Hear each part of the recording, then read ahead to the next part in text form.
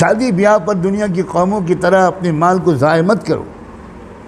جب تک مسلمانوں کے مال کی خرچ کی ترتیب ٹھیک تھی، مسلمان دنیا کی طاقتور ترین قوم تھے، مسلمان دنیا کے حکمراں تھے، اور مسلمان دنیا کے رہبر تھے، اور مسلمان دنیا کے محبوب تھے۔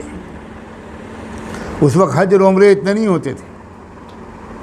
بہت اہم بات ہے جو میں کہہ رہا ہوں، لاکھوں میں کوئی ایک حج کر پاتا تھا، بہت کم لوگ حج کر پاتے تھے۔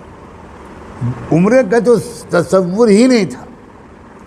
آپ عوام کو چھوڑیے، امام ربانی حضرت مجدد الفسانی 1000 سال کے جو مجدد ہیں، پوری امت کا اتفاق ہے ان کی بلند مقامی پر، وہ ایک بار بھی مکہ مدینہ نہیں گئے۔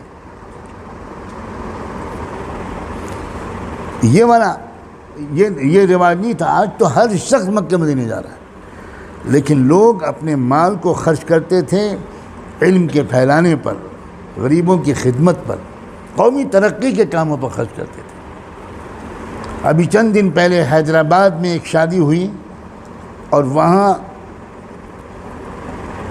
16 کروڑ روپیہ اس بیٹی کے باپ نے اپنی بیٹی کی شادی پر خرچ کیا، 16 کروڑ روپے۔ اور اسی شخص نے یہ سلوک کیا اپنی مسجد کے امام کے ساتھ۔ ان شیٹھ صاحب کی ایک فیکٹری تھی، اس فیکٹری کے اندر ان شیٹھ صاحب نے ایک مسجد بنائی تھی۔ اس مسجد کے امام صاحب کی بیوی بیمار ہوئی، وہ بیچارے اپنی بیوی کے دیکھ بھال کے لیے اپنے گھر گئے چھٹی لے کر۔